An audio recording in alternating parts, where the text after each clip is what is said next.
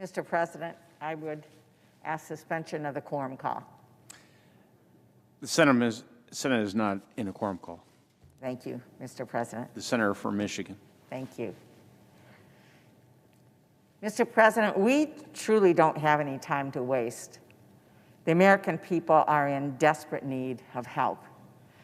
And I want to start by thanking all of my colleagues who've been working so hard together across the aisle to bring us to a point where we can actually provide some help, albeit temporary, to the American people. So thank you, and I'm pleased to have been involved in elements of that negotiation and appreciate it. But we're stuck right now, and I just want to remind people of a few numbers. More than 1 in 3 American adults in a recent survey said they're struggling to pay household expenses, including rent and mortgage. We don't get something done in the next hours or days, we are going to see thousands of people in Michigan lose their homes in the middle of the winter. 7.8 million Americans have fallen into poverty since June. 7.8 million people have fallen into poverty since June. The number of people applying for unemployment keeps rising. 885,000 people filed initial claims last week. And thousands and thousands and thousands of people who are self-employed, who are contract workers, others will find themselves with zero support right after Christmas, unless we take action. A recent survey found that 1 in 4 small businesses are in danger of closing if the economic conditions don't improve. 1 out of 4. I've talked to so many friends, so many people in Michigan, vibrant small businesses. They put it all on the line for that business they always wanted to have. And now they're barely holding on. And they need help, and they needed help before now. They need help now. They are waiting and waiting and waiting and holding their breath. Up to 50 million Americans are struggling to feed their families right now. 1 out of 4 American households have experienced food insecurity in this last year. So 1 out of 4 households. People who volunteer at the food bank, people who have always contributed to the food bank, now find themselves waiting in their car for hours and hours for a box of food in the United States of America. We not only have a health pandemic, we have a hunger crisis going on, and people need help now. And on top of that, this past Wednesday, 3,638 Americans died in one day of coronavirus. And we're now looking at government services shutting down in less than 12 hours.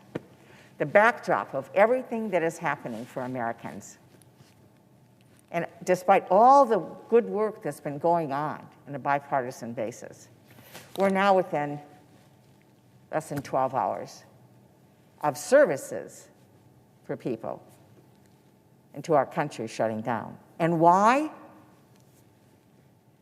Because my colleague, the Republican senator from Pennsylvania, thinks it's more important to take away the federal government's ability to help people and help businesses and create jobs than it is to actually help people. Now, I want to say, Senator Toomey and I had a wonderful hearing this week in our Health Subcommittee and Finance, of which he chairs, and we have been working together doing really important, meaningful things on Alzheimer's disease, and I have very much enjoyed doing that. But on this issue, at this time, with so many people in pain and so much hardship at this moment, I don't understand when he said that preventing the next Treasury Secretary and the Federal Reserve from relaunching the emergency credit facilities that support manufacturers and other job providers is, quote, the most important thing in this COVID-19 package. Really? Really? The most important thing in this package is to take away the tools of the Treasury and the Federal Reserve that have been used when we're in crisis and we need to be a backstop for our businesses in the credit market, when we need to be supporting job providers and jobs. Really, really, that is the most important thing. Tell that to a mom who's afraid her kids will end up on the street because she can't pay her rent in January, which is, what, 2 weeks away. Tell that to the small business owner who's having to lay off their entire staff a week before Christmas. Tell that to a senior citizen who's risking his health by waiting in an hours-long line to get a box of food. Tell that to the healthcare workers who are literally putting their lives on the line right now, fighting this pandemic. Really? Taking away economic tools for the Treasury and the Fed are more important than people in our country, small businesses, farmers who've been hanging on? Really? Tell that to the thousands of American families who are preparing for their first holiday without loved ones who have been lost to the virus. Just yesterday, another loss in Michigan, so many losses, thousands of losses, but a dear friend, a sheriff of Wayne County, Benny Napoleon, and his family. Today, a funeral for a friend as well in Detroit. So the most important thing is not supporting families, is not helping people at least get through the winter, at least get through the next several months, to put food on the table and a roof over their heads and help their businesses and make sure the vaccines can be distributed and support our healthcare workers and put money into education and all the other things that are needed right now. The most important thing is to have a fight with the Treasury and the Fed, because you'll want to limit what they can do in terms of their powers to help people and to help businesses in a crisis. Our nation is in a crisis. And we'd be in an even deeper crisis right now if it weren't for the Federal Reserve. The Federal Reserve stepped in early during the crisis. Under the current administration, I might add, where nobody was suggesting that we provide these kinds of amendments or restrictions, then, on the current administration, on the Trump administration, I didn't hear that debate. Maybe I missed it, but I didn't hear that debate. But thank goodness we didn't have that debate, because they stepped in early, taking extraordinary measures to keep credit from freezing up for our businesses. This is the money that businesses use to provide services and keep people employed. And I have to say, as someone coming from a major manufacturing state like Pennsylvania, like Ohio, like Indiana, like Wisconsin, that having the capacity for the Fed to step in and provide some confidence in the marketplace so that our auto suppliers, our other manufacturers could get what they needed in terms of liquidity was critical to jobs. Thousands and thousands and thousands and thousands of jobs. The emergency powers that the Federal Reserve has were put in place during the 2008 financial crisis so that the Fed could respond quickly to the next crisis. Well, here we are in the next crisis. The crisis is all around us. And yet some are laser focused on taking away the Fed's ability to respond in the future with a new president. not the current president, but future president. This is like a fire department selling off its fire trucks while houses down the street are burning. 2020 has been brutal, really brutal, on families and businesses and communities across the country. And this crisis is not over. I really wish it was. I mean, we have hope because of the vaccines and more effective testing and so on. But this isn't over, and things could get worse in 2021 if we sabotage the very things that helped us this year. If this is about just setting up a new president, to not have the tools to make the economy better, what does that say about what people care about the people we represent? It's about, ultimately, it's about people losing their jobs. It's about businesses. It's more than just about crass partisan politics. My friend Senator Schatz, who has a way with words on Twitter, put it this way: we almost have a bipartisan COVID package. But at the last minute, some Republicans are making a demand that was never even mentioned as key in the negotiations, never even mentioned till the last minute. He said they want to block the Fed from helping the economy under Biden. It's the reason we don't have a deal. Is that really the reason we don't have a deal to help people in our country right now? Just crass partisan politics, wanting to set up a way for the next president to fail? Because when colleagues take away tools that a president, any president, and the Federal Reserve have to boost the economy and prevent economic collapses, they're saying they care more about that crass political fight.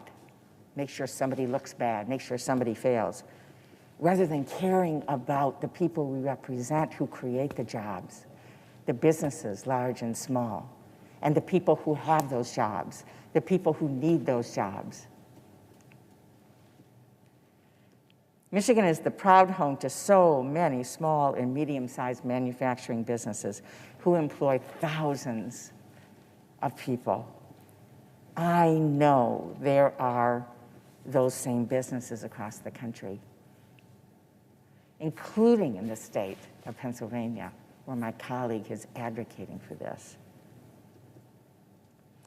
I would urge, strongly urge, at this moment in time, at the end of what has been such a horrible, difficult year for Americans, I would urge my colleague from Pennsylvania and any others supporting him to stop trying to undermine American jobs and our ability as a country to respond to the economic crisis that is still happening.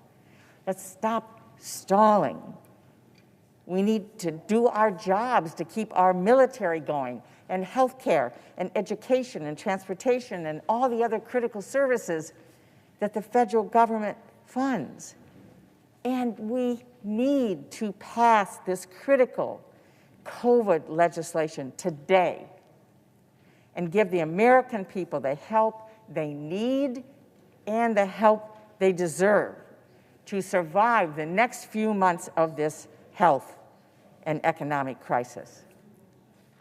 A wonderful bipartisan effort brought us to this moment where we can provide a critical lifeline to Americans across our country. It would be a tragedy and an outrage if efforts to undermine our economy and the success of our incoming president stops this urgent help from being passed. We need to get this done now. I yield the floor, Mr. President.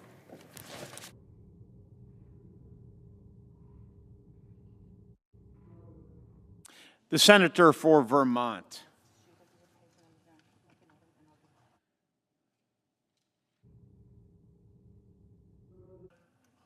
This country faces the worst set of public health and economic crises that we have faced in over 100 years.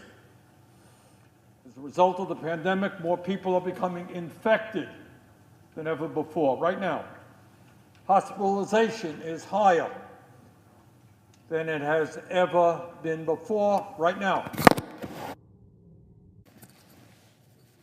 And more people are dying than ever before, literally day after day. Now, we all hope and pray that the new vaccine will be distributed as quickly as possible and that it will put an end to this nightmare. But today, the truth is that millions of low-income and middle-class families are suffering in a way that they have not suffered since the Great Depression of the 30s. Today, the reality is that over half of our workers are living paycheck to paycheck, trying to survive on a starvation wage of 10 or 12 bucks an hour. The reality is that millions of our senior citizens are trapped in their homes, unable to see their kids or their grandchildren, unable to go to a grocery store, and many of them are trying to get by on $12,000, $14,000 a year Social Security and scared that they may come down with the virus and die. In addition, millions more with disabilities are suffering. Further, in our country today, 1 out of 4 workers are either unemployed or make less than $20,000 a year. And in the midst of this pandemic, because we are the only major country on earth not to guarantee health care to all people as a right, in the midst of this pandemic, worst health care crisis in 100 years, over 90 million Americans are uninsured or underinsured and unable to go to a doctor when they need to. Further, we have the worst eviction crisis in modern history. Some 30 million families worried that because they cannot pay their rent, they may end up out on the street. That is, Mr. President, where we are today economically. And if this country means anything, if democracy means anything, if the U.S. government means anything, it means that we cannot turn our backs on this suffering. Not in Vermont, not in Wisconsin, not in New York, not in any state in this country where people are hurting in an unprecedented way. It means that we cannot leave Washington as senators for the holidays to go back to our families unless we address the pain and anxiety of other families throughout this country. Would my colleague from Vermont yield for some support for his amendment? I would be happy to yield to the I'll speak briefly, and I thank my colleague. I want to join my friend Senator Sanders to support his amendment to give $1,200 in direct financial support to the American people in the year-end emergency relief bill. Now, this effort should not subtract from any other program already in the bill, like enhanced unemployment, aid to small business, education, health care, or another provision. We don't need to offset the cost or cut from elsewhere in the bill to make sure the stimulus checks are $1,200 for each adult and then money for children and others, as he will elaborate. Much of the money will go back into the economy anyway. The reason for the amendment is simple.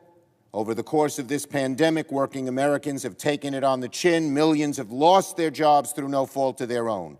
26 million have had trouble putting food on the table in the last 5 weeks. Bread lines stretching down American highways. 12 million Americans owe an average of $6,000 in rent and mortgage. So we have an opportunity in this emergency relief bill to give financial aid directly to those Americans. It could mean the difference between Americans paying the rent or not, affording groceries or not, the difference between hanging on until the vaccine helps our country get back to normal. Now, the only objection we've heard is this will add too much to the deficit. That's why a Republican senator rejected a similar request earlier today to push a baseless agenda of austerity. Please, by now, Republican objections over debt and deficit are comical.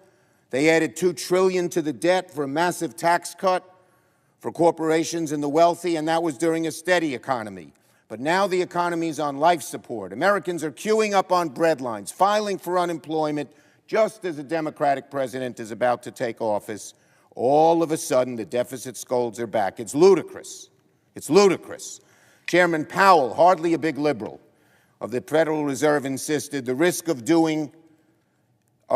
overdoing it is less than the risk of underdoing it. The quickest way to get money into the pockets of the American people is to send some of their tax dollars right back where they came from. So let's step up to the plate, deliver the $1,200 survival checks to millions of Americans before the holidays. I support Senator Sanders' request fully and hope the Senate will consent and yield back. Well, let me thank the senior senator from New York, the Democratic leader, for his strong statement. He is exactly right. In this time of crisis, it is comical that suddenly our Republican friends once again discover that we have a deficit. This is a moment of emergency, and we have got to respond to the needs of working families, and I thank Senator Schumer for his strong support for this legislation.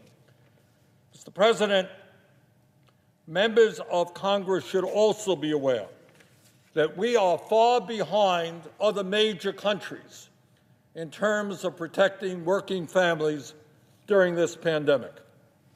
Not only does every other wealthy country guarantee health care to all people as a human right, almost all of them are providing far more generous benefits to the unemployed and the struggling in their countries than we are doing in our country.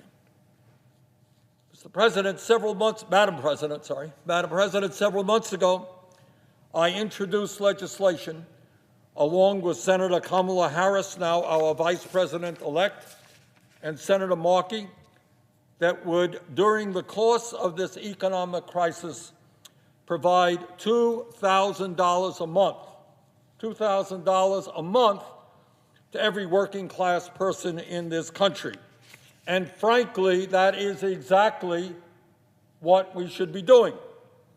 But unfortunately, given the conservative nature of the Senate, I understand that is not going to happen. Yet, at a time of massive income and wealth inequality, as Senator Schumer just indicated, at a time when huge corporations were making record-breaking profits, the Republican leadership here in the Senate was able to provide over $1 trillion in tax breaks to the 1% in large corporations. Yes, at a time when climate change, yes, climate change is real, at a time when climate change threatens the entire planet, this Congress was able to provide hundreds of billions of dollars in corporate welfare to the oil companies and the gas companies and the coal companies who are exacerbating the climate crisis. Yes, just the other day, here in the Senate and in the House, legislation was passed which would provide $740 billion to the military, the largest military budget in history, more than the next 10 nations combined. We spend more on the military than the next 10 nations combined. So we could do all of those things.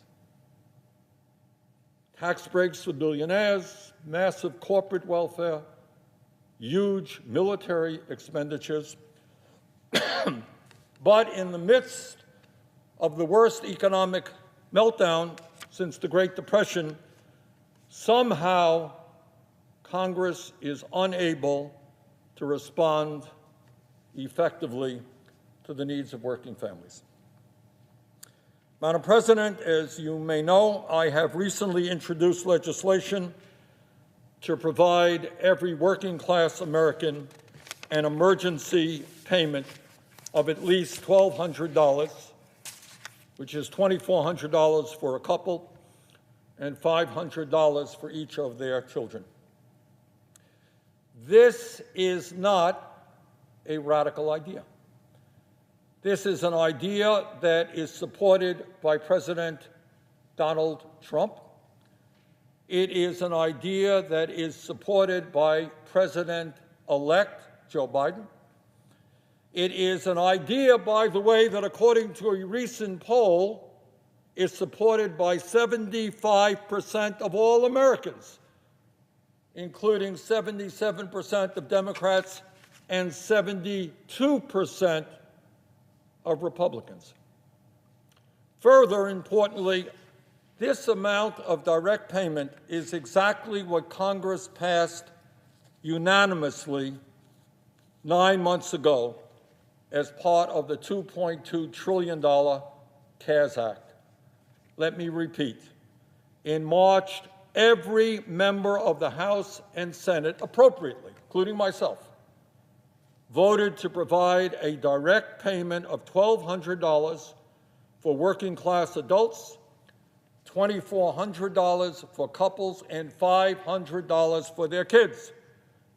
Madam President, that was the right thing to do 9 months ago. And given the fact that the crisis today is in many respects worse than it was 9 months ago, that is exactly what we should be doing right now. Madam President, as a result of the pandemic, the government told restaurants and bars, retail stores, movie theaters, schools, malls, small businesses all over this country, shut your doors. It is too dangerous for you to be open now. And they did that because that is what the public health experts said was the right thing to do in order to control this horrific pandemic. But what the government has not done, Madam President, is to provide the workers who lost their jobs and lost their incomes as a result of those shutdowns with the help that they need in order to pay their bills and to survive economically. The $600 a week in supplemental unemployment benefits that Congress passed unanimously in March expired in July, over 5 months ago. And during that time, the Republican Senate has done nothing to help working families pay their rent, feed their children, go to a doctor, or pay for the life-saving prescription drugs they need. And the Senate has not done anywhere near enough to provide help for the struggling small businesses in Vermont and all across this country who are desperately trying to stay afloat. Further, Madam President, as bad as the economy has been in general, it has been far worse for African Americans and Latinos. During the pandemic, nearly 60% of Latino families and 55% of African American families have either experienced a job loss or a cut in pay. Madam President, for 9 months, we have asked tens of millions of working people in this country to survive on one $1,200 check, with no help for health care, no support for hazard pay, no assistance for rent relief. Absolutely nothing. Meanwhile, Madam President, I should mention that over this same 9-month period, 651 billionaires in the United States became over $1 trillion richer. $1 trillion in increased wealth for the very richest people in our country. One $1,200 check for tens of millions of Americans desperately trying to survive. That is unconscionable, that is immoral, and that has got to change.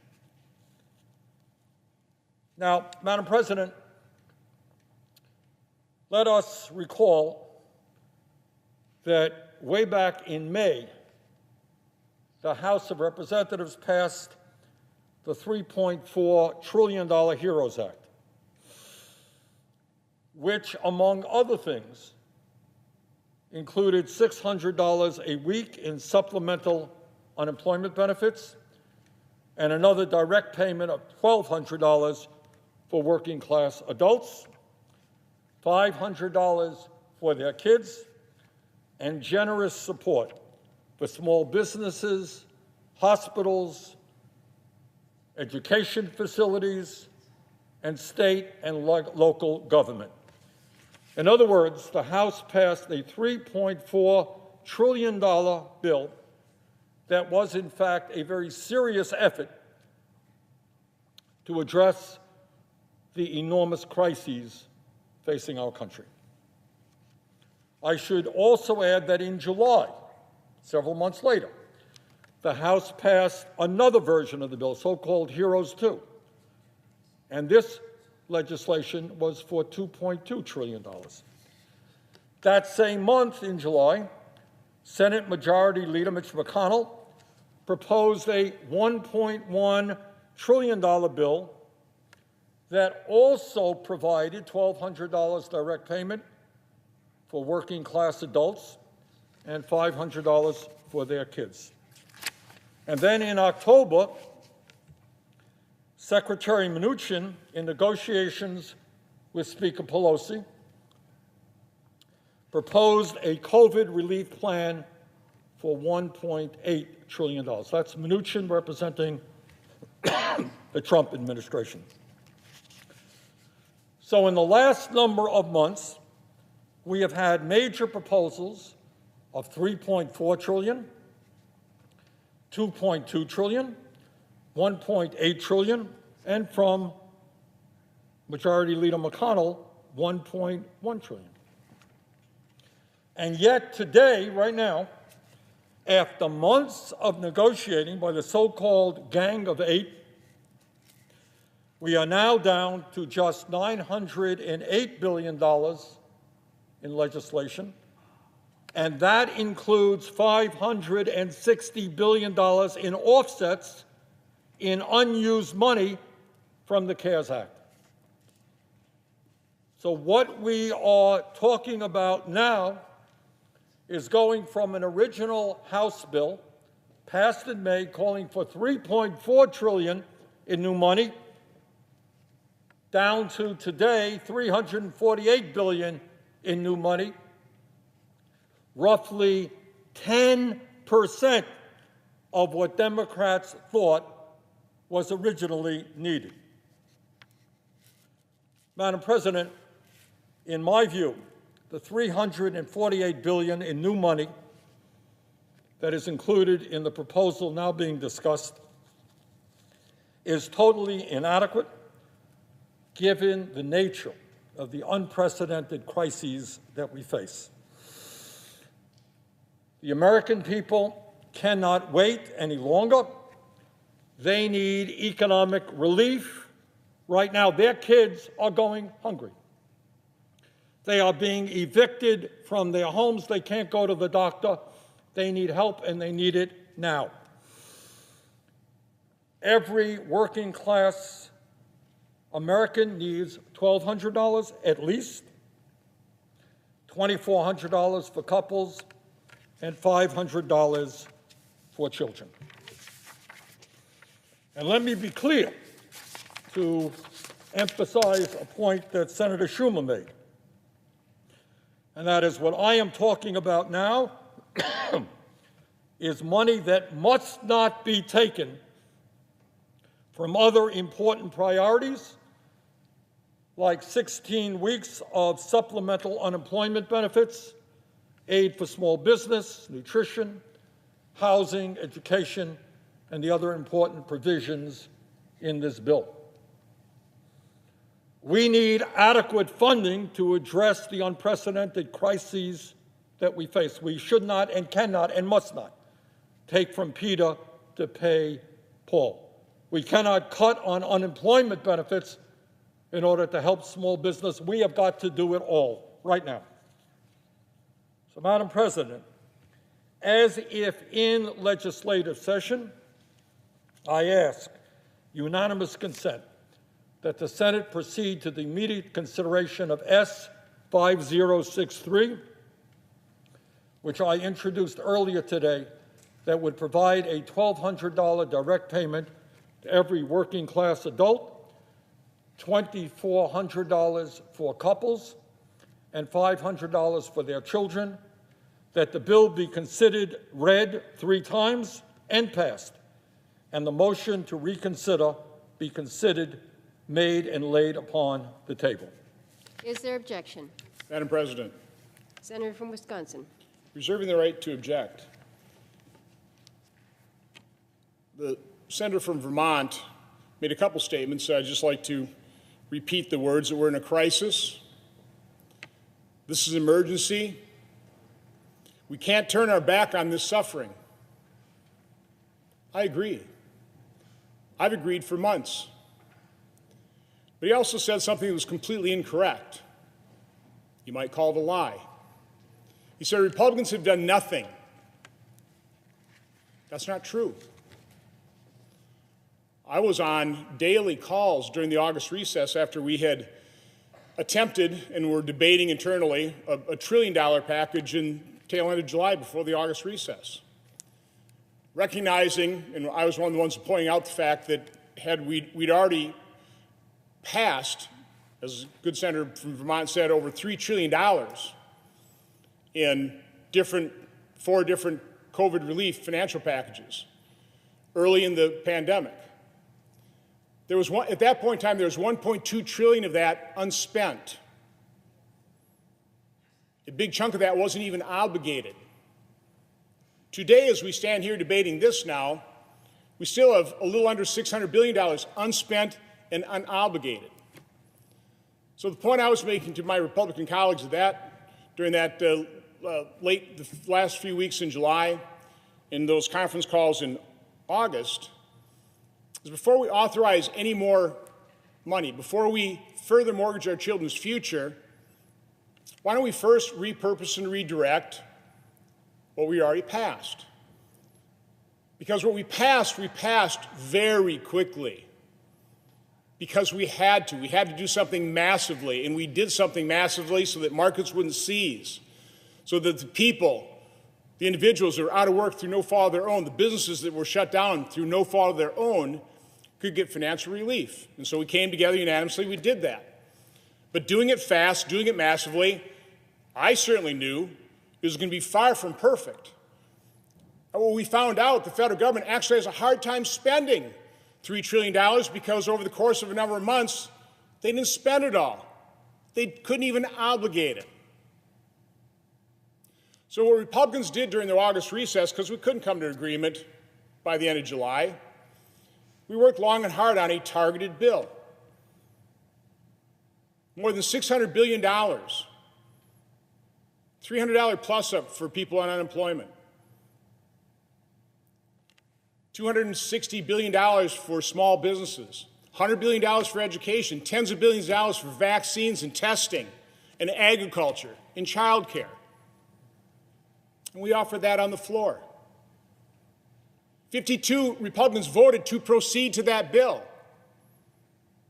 Democrats just said no. I felt it was a crisis, an emergency, and we shouldn't have been turning our backs on these people that are suffering in September. Democrats said no. All they had to do was say yes. They couldn't take yes for an answer. And Madam President, I often use the analogy is if I go up to you, because I know you're a generous person, say, Madam President, give me $200. Kind of look at me a little shocked. I say, well, I won't give you 200, but I'll give you 100. And then I go stomping off and say, no, it's 200 or nothing. That's what the Democrats did to over $600 billion in needed and necessary relief for the crisis, for the emergency, for the people we don't want to turn our backs off toward because they're suffering. If they're really serious, if they actually wanted a result, if they wanted to relieve the suffering, wouldn't the logical thing have been to say yes, take $600 billion, pocket it, get that relief flowing in September, then come back and argue for more? But they said no. They were cynical. They played politics with it. And that's what they're doing here today. You know, I'm sure, to paraphrase a widely known saying, that the road to total national bankruptcy is paved with good intentions. I'm sure that's true. I don't question the good intentions of any member of this body. We all want to provide the relief. We all want to relieve suffering. We all want to help fellow Americans that are hurting through no fault of their own. But we talk about suffering, we use words, we don't look at numbers very often. Good Senator from Vermont has spouted a few numbers. Let me quote a couple. Let me just kind of lay it out. I didn't have enough time to do a chart, so I'll try and go through this slowly, but I think it's important to put this all in perspective. Prior to the COVID recession, we had the record number of Americans employed at the end of December of 2019. Just under 159 million Americans were employed. By April, 2 months into the pandemic, 3 months into the pandemic, employment had dropped to 133 million. That's a loss of over 25 million jobs. 25 million, which is why we acted in a bipartisan fashion to provide relief for those people, 25 million who lost their jobs. Now, the good news, it's hard to keep the American economy down when you don't overtax, when you don't overregulate. So in November, the latest figures we have, there are now 150, just shy of 150 million Americans employed again. Now, I realize some are underemployed, but still, you have 150 million Americans employed, down to about 9 million jobs from that record high when unemployment was only 3.5%. We had a record economy because we stopped overregulating and we had a competitive tax system. Now, unemployment rate is 6.7%. In the CARES Act, which I supported because I want to help people, part of that was the economic impact payments, basically what the senator from Vermont is proposing here in this bill he wants to pass by unanimous consent. It spent $274 billion. It was paid to just under 166 Americans for an average check of about $1,673 per person. If you break that down into households, because according to the Federal Reserve Bank in New York, the average check per household is $2,400. That's 115 million households that got a check. 115 million. Now remember, at the low point, 25 million Americans had lost their job. We sent checks to 115 million households. 4.5 times the number of people that lost their jobs. My problem with the CARES Act, with the first four packages, is it was a shotgun approach. We just spent money. We just opened up the spigot and we just sent it all over the place. We didn't have time to target it to those that really need it. As a result, and we're seeing today, businesses that needed it, business owners, small business owners, have been wiped out of their life savings. They didn't get relief. It wasn't well designed. It wasn't well targeted. And we probably spent hundreds of billions of dollars and sent it to people that didn't need it. Madam President, we're $27.4 trillion in debt today. That's 128% of the size of last year's economy. If this bipartisan deal goes through, about $1 trillion, we'll be in $28.4 trillion in debt, 132% of GDP. I remember the good old days when I first got here. I ran because we were mortgaging our kids' future. We were a little over $14 trillion in debt, and our economy is over $15 trillion. We were under 100% debt to GDP ratio.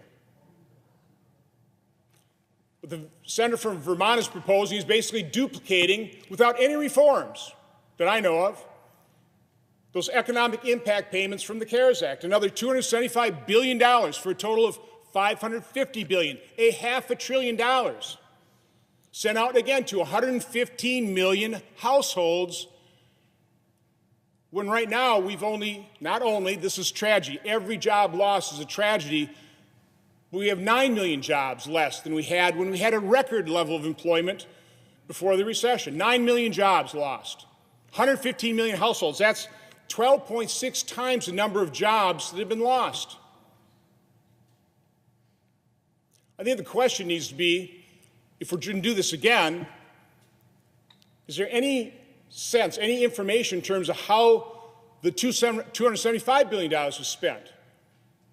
Well, we have an answer from the Federal Reserve Bank of New York. They do a monthly internet-based survey called the Survey of Consumer Expectations. They did 2 special surveys, one in June, one in August. The June survey took a look at how those households spent their $2,400 checks. Here's the results. 18% of those checks were spent on essential consumption, essential. 8% was on non-essential, the fun stuff, I guess. 3% donations. Americans are still generous. For a total of 29% spent on consumption. The marginal propensity to consume was 29%. The remainder, 71%, half of it was put to savings, spent on increasing savings. The other half was paying off debt. They also studied how the unemployment plus-up was spent. Pretty similar results. 24% of those dollars went for essential consumer goods. 4% non-essential, 1% donations.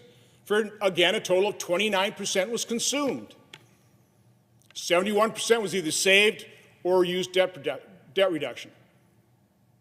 They did another special survey in August, asking those same 1,300 households that they survey, how would you spend a $1,500 check?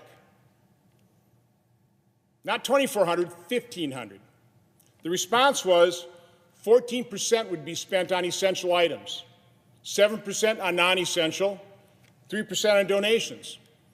For only 24% of a new check would actually be spent on consumption. 76% would either be saved or pay off debt. That's not very good economic stimulus. And again, the numbers are, without any reforms, without trying to target the dollars to people who really need it. I would want to do that. I would like to work with anybody to try and get that relief flowing as quickly as possible to the individuals that need it. And I'm sure the need is still great. It's greater than 9 million. I understand that. But let's look at some figures. I do want to point out a past stimulus in terms of its effectiveness. In 2009, we had the Great Recession. Let me quote some employment figures from that. In January 2008, we had 146 million Americans employed. Remember, right, today we have 149 million. Our record was 159 million, but 146 before the Great Recession. By December 2009, that had dropped, hit the low point of 138 million people working. 8 million people lost their jobs. In January 2009, President Obama was inaugurated, had total control of government, a filibuster-proof Senate, control of the House. He could pass anything he wanted, and they did. They passed the $787 billion American Recovery and Reinvestment Act of 2009. They did that in February 2009. At that point, there were 141.6 million Americans working. 141.6 million Americans, and the unemployment rate was 8.3%. Again, throughout 2009, that stimulus didn't work too good because employment fell to 138 million Americans. It took 3 years till January 2012, because of overregulation and overtaxation, to return to February 2009 levels of 141.6 million Americans working. 3 years. That's what we call a slow, non-existent recovery. Oh, a quick aside. Senator Sanders is, the senator from Vermont is talking about we need the $600 plus up for the unemployed because of the suffering. President Obama, with Speaker Pelosi and Majority Leader Reid with filibuster-proof Senate, they provided a $25 per week plus up to state unemployment when they had total control. Now they're demanding $600. I know that's not part of what the senator from Vermont is asking for in terms of a unanimous consent request. I thought it's just somewhat noteworthy. So again, Madam President, I'm not heartless. I want to help people. I voted to help people. I voted for the $2.2 trillion CARES Act, but I also am concerned about our children's future and the fact that we are mortgaging it. We do not have an unlimited checking account. We have to be concerned about these things. So my complaint about the senator from Vermont's bill, and quite honestly, the bipartisan effort, we have $600 billion unspent, unobligated. Let's work long and hard. Let's look at economic data. Let's target it properly. Let's not just shotgun it out to the economy again, wasting tens, if not hundreds of billions of dollars. Let's focus on that. Let's pretend it's like real money, like it's our money, and spend it well. We don't need to mortgage our children's future by another $300 or $400 billion. We don't need to do that. We can alleviate suffering. We can help our fellow Americans. We could have done it in September, but the good senator from Vermont and all of his colleagues on the Democrat side simply won't take yes for an answer, and my guess is they're taking that same stance today. So, Madam President, I object. Objection is heard. Senator from Vermont. Senator from Wisconsin talks about Democrats not taking yes for an answer. So let me tell you what we did not take for an answer. We did not take for an answer the Republican bill which did not have a nickel for unemployment benefits. We did not take yes for an answer for a bill that did not have a nickel for direct payments. Senator from Wisconsin talks about the deficit.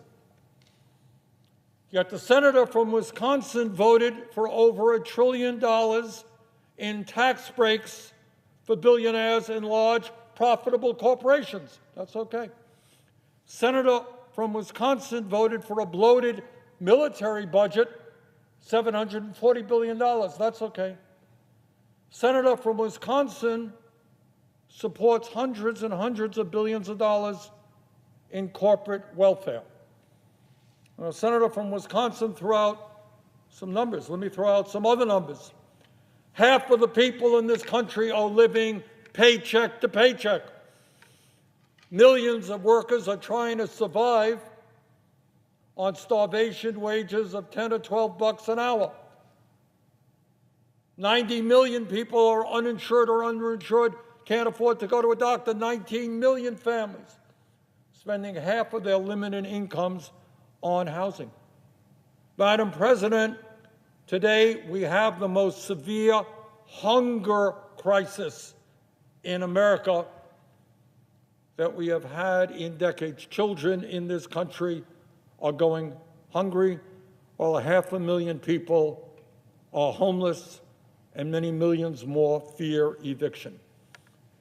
Today, as a result of the pandemic, not only do we have the worst health care crisis in 100 years, but the worst economic crisis since the Great Depression. So, Madam President, I say to my colleague from Wisconsin, yeah, I will not support proposals that do not provide a nickel in unemployment benefits, not a nickel in direct relief to tens of millions of low-income and middle-income families.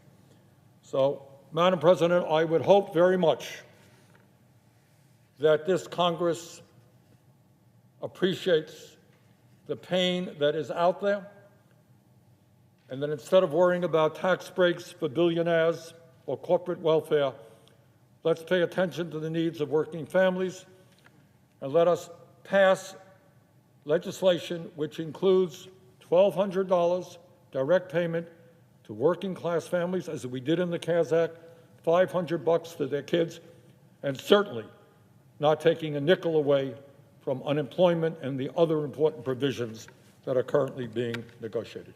Thank you, Madam President. Madam President. Senator from Ohio. Madam President, to my colleague from Vermont, my understanding is in a room somewhere near here, right now those negotiations are ongoing, and there certainly better be unemployment insurance. That was in our bipartisan framework that I worked with the presiding officer on, and there certainly better be not just an extension of the existing federal assistance for self-employed workers and gig economy workers, and for those who are now benefiting from the federal extension, the 13-week extension, but also additional funding. And my understanding is direct payments are also in the mix. So I just wish they'd get their work done. You know, it's been 9 months since the CARES Act was done. And I just hope we can figure out a way to get through the hurdles that remain. I've spent much of the day, as my colleagues, I'm sure, talking to colleagues trying to figure out how do you fix the last couple of issues that are apparently out there. But my hope is that even if it's not a perfect bill for me, and it won't be, I know it won't be. You know, we spent 3 or 4 weeks